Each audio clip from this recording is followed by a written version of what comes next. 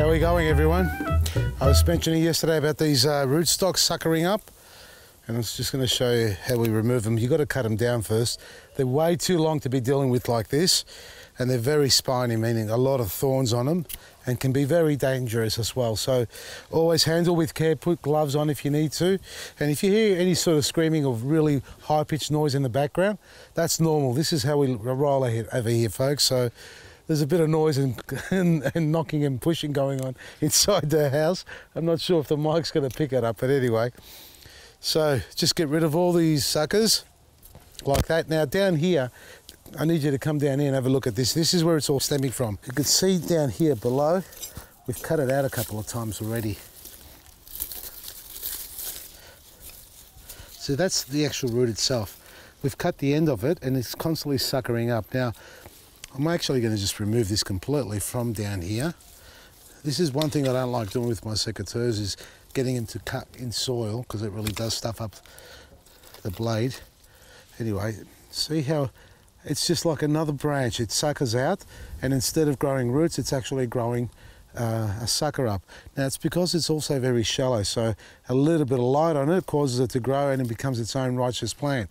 Now if you are not cutting it out of the ground, and what I'm referring to is the actual stem. See this stem here? The root itself?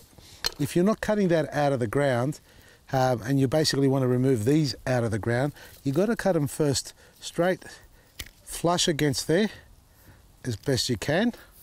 Now imagine that's in the ground itself, right? So I've taken it out so we can handle it. So we're cutting it like that, but we've still got the eyes in here, all these little things in there. Now, this is a little bit difficult to handle like that. So in the ground, it's a lot harder. You've got to gouge into it like this. So just got to watch my wrist. And it's very gnarly. We've got to basically try and cut into there and cut that out. And it's basically like any timber, where there's a root or a stem growing out of it, it's what we call a knot. So you've got to cut it out, folks.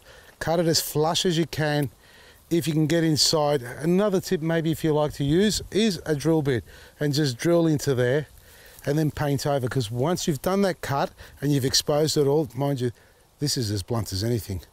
One of the older knives I've got here, folks. So once you cut it all out, removing the eye itself, so where the knot is inside there, so it doesn't sucker up again, and doing it as best you can on either side. The longer you leave it, the thicker it gets. So the quicker you cut it, the more often you cut them off, the better chance you have of reducing, the repetitive growth on it. So once you've done all that, paint it over, seal it over with a Steri-Prune paint or a water-based paint, or even just hydrated lime. That will work. And you need to do that to all of them, because look at this. It's literally out of control. I know what will happen. 99% of the time, all we're going to do is this, walk up to it and cut it flush to the ground and walk away.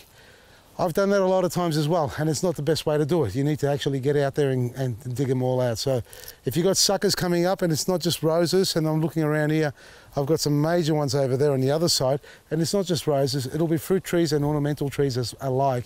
Even your cherry trees, weeping cherries, they'll sucker up from the bottom. Have a close look at all your plant life at this time of the year, because when they're going dormant, especially the dormant varieties, the roots might not be quite ready. They'll start pushing more energy and start to take over in their own right. The noise in the background, the chickens, it's a chicken house actually, so clucking impalas. So cut them off, paint them over, seal them, and don't feed them at the moment. If they're going dormant, wait till later in the season to compost them.